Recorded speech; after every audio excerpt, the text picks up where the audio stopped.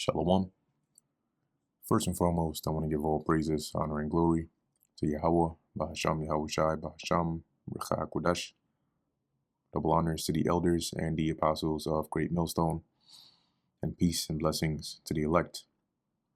And today we're going to go into the book of Jeremiah, the 29th chapter, message to the exiles. And in here, Jeremiah basically sends a letter to those that were of the captivity, right? Those that had been taken captive by Nebuchadnezzar prior to them fully destroying, Jerusalem, right? So you had for a period of time Israelites that were captive in Babylon, and then you had Israelites that remained in the land. So he basically sent a letter to them to set the record straight and to reassure them that, hey, this is the message the Lord has for you while you're here, and beware of anybody that says otherwise.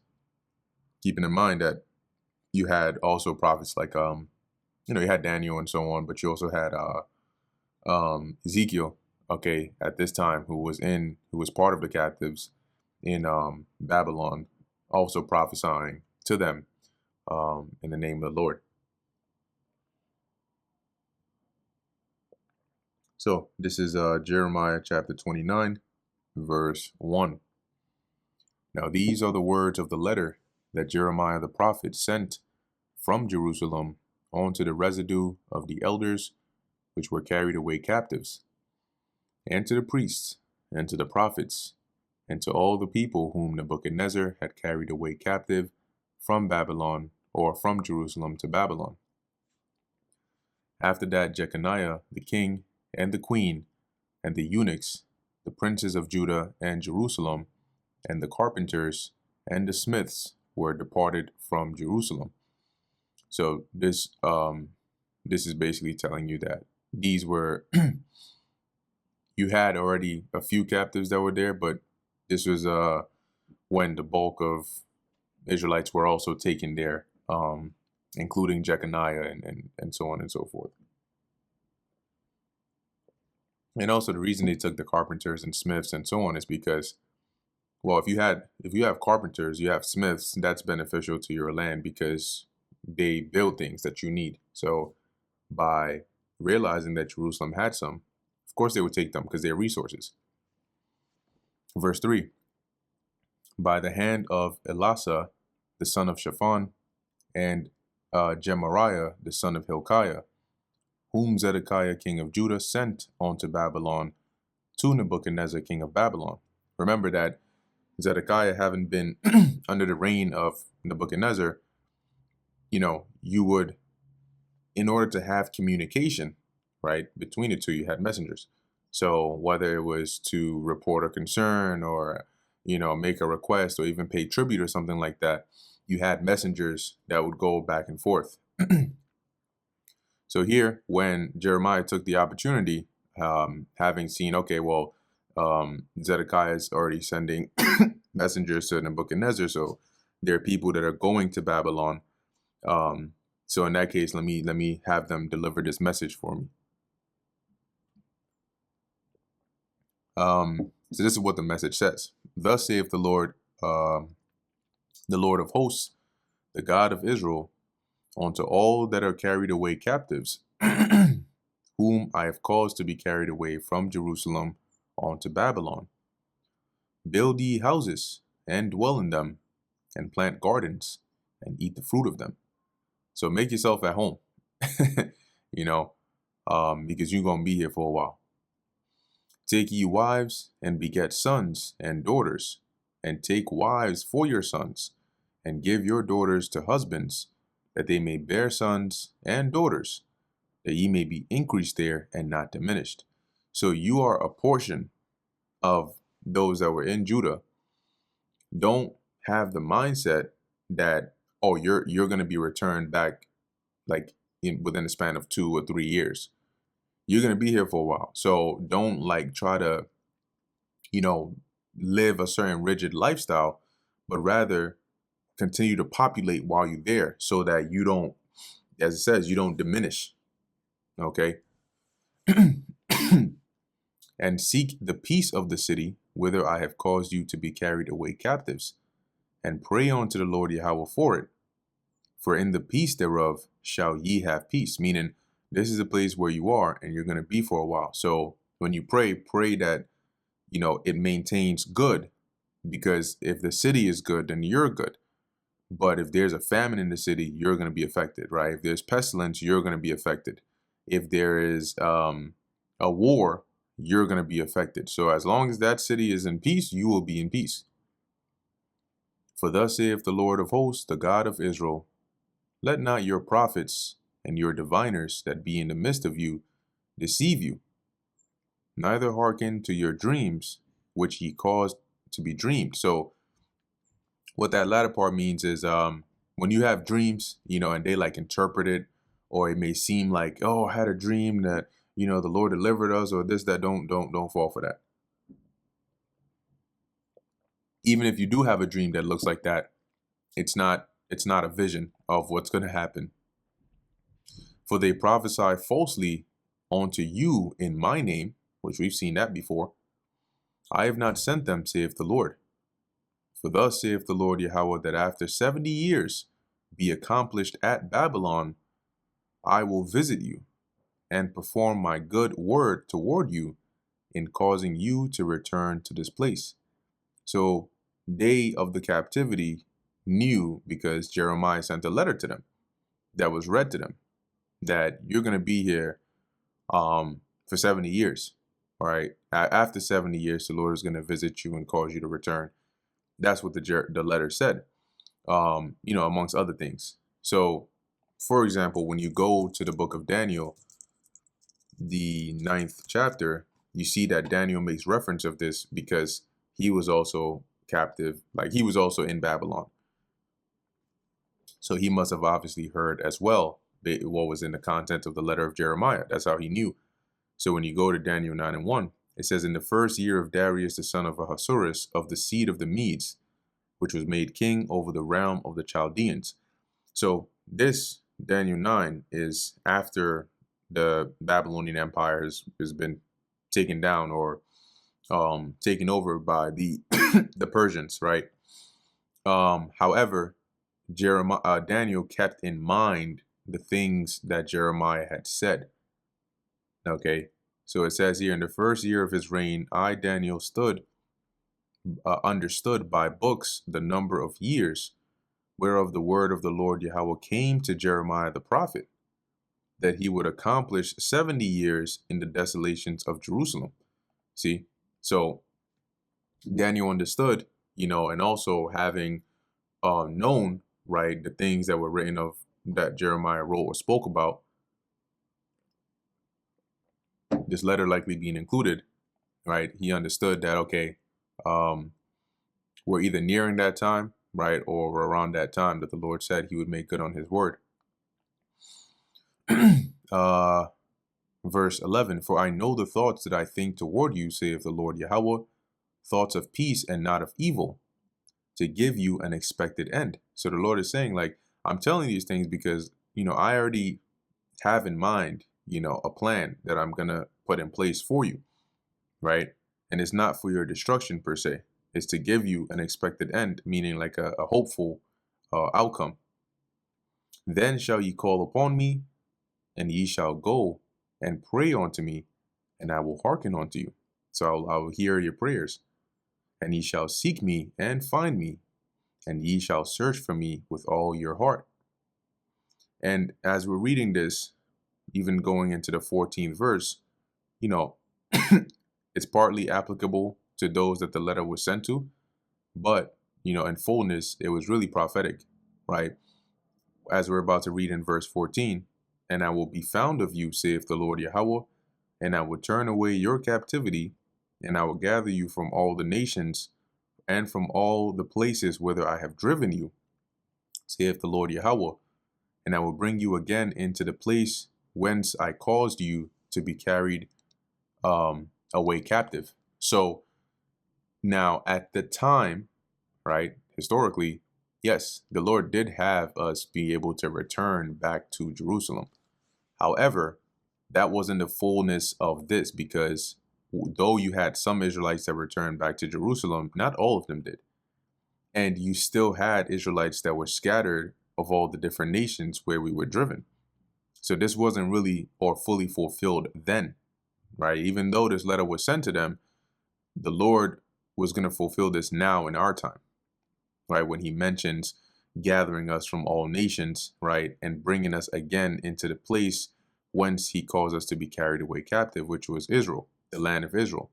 And I say this because when you fast forward to the time of the Persian rule, remember that when we were suffering, about to be persecuted or destroyed by order of Haman, the letters were sent to the Jews that were in the provinces of the Persian Empire, right?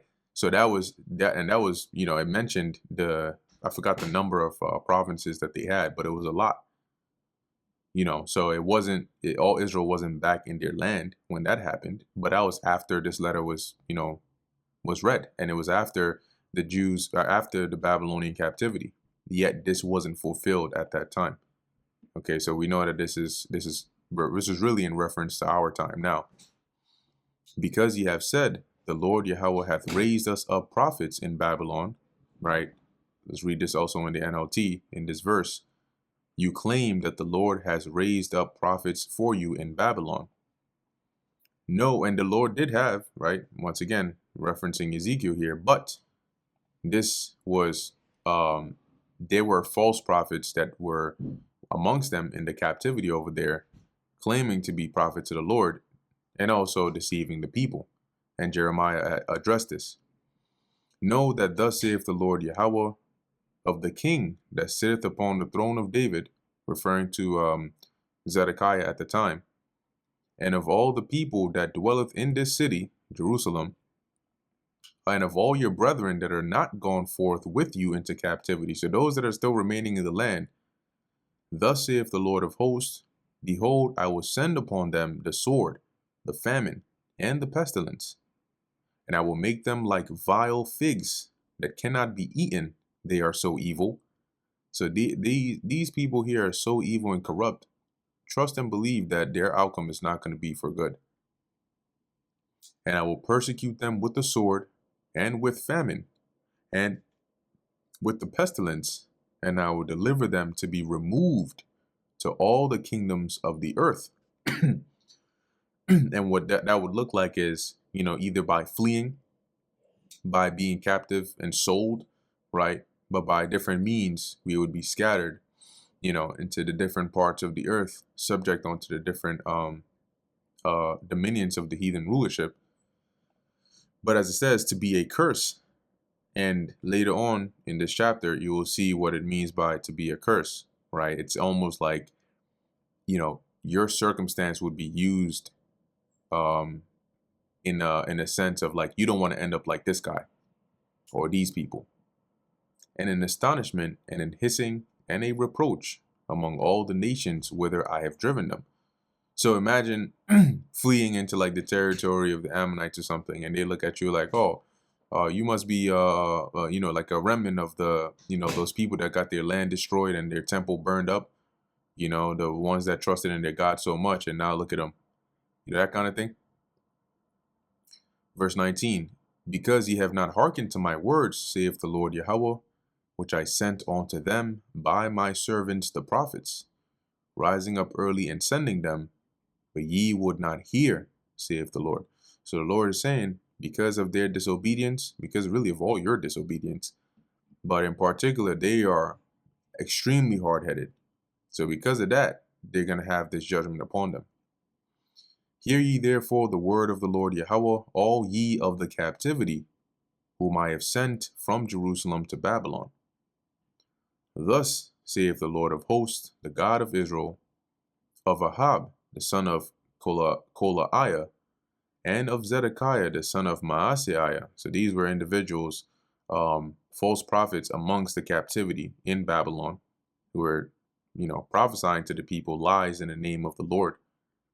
So concerning these two individuals, which prophesy a lie unto you in my name, behold, I will deliver them into the hand of Nebuchadnezzar, king of Babylon, and he shall slay them before your eyes. So they're going to die.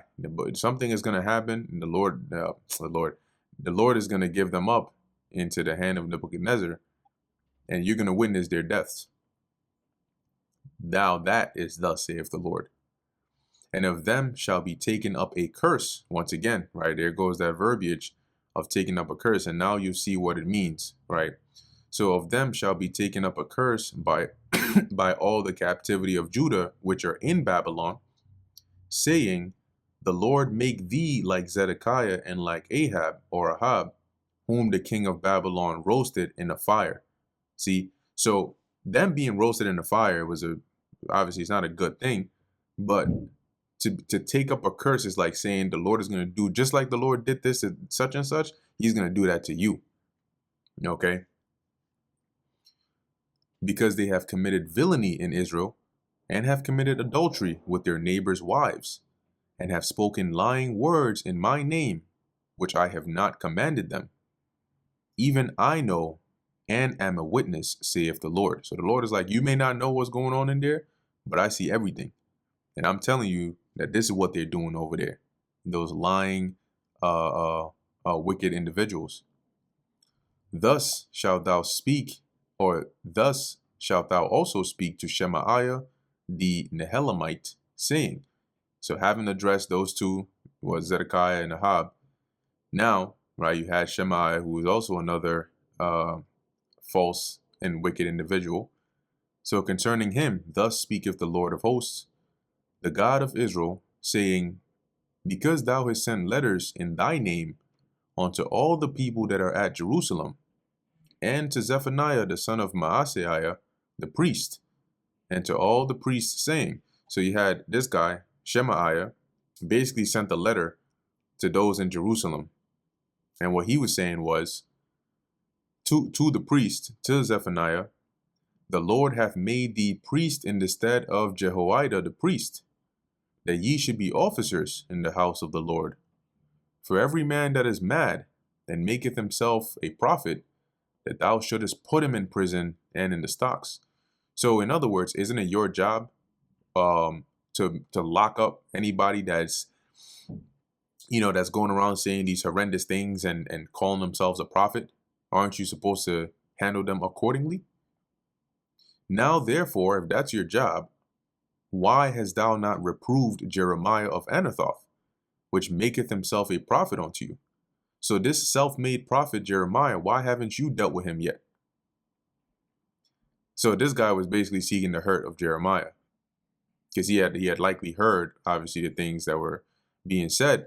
And you can imagine, right, just deducing from how this guy's energy is, more than likely the things that he is either pushing or saying is not in line with what Jeremiah was saying, right? So in order to make himself seem as though what he is saying is accurate, well, he's basically trying to portray Jeremiah as a self-made false prophet that needs to be dealt with.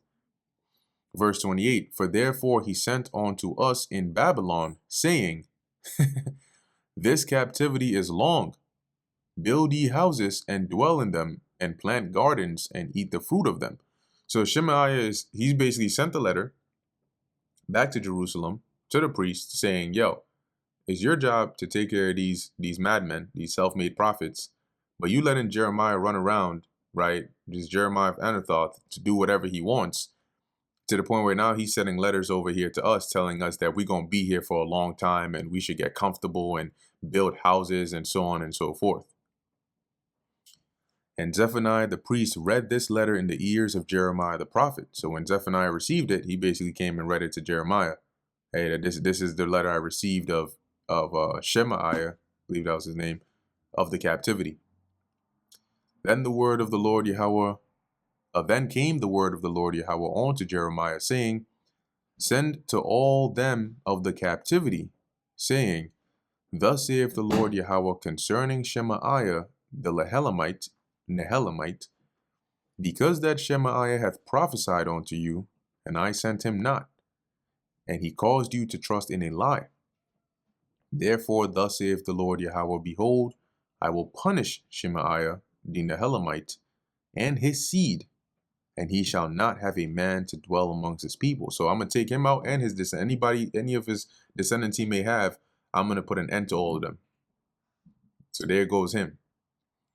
Neither shall he behold the good that I will do for my people, saith the Lord Yahweh, because he's not going to be a part of those to see the Lord's mercy that he would bring upon them.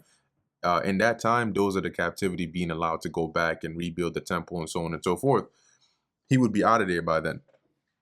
Saith the Lord Yahweh, because he hath taught rebellion against the Lord Yahweh. See, similar to, what was that? I think we read about Hananiah, right? I think the same thing was said about him, that he had taught rebellion against the Lord. See? And that brings us to the end of the book of Jeremiah, the 29th chapter. So Lord willing, this is edifying to the elect. In closing, I want to give all praises, honor, and glory to Yahweh, Bahasham, Yahweh Shai, Bahasham, Recha Kodash. And until next time, Shalom.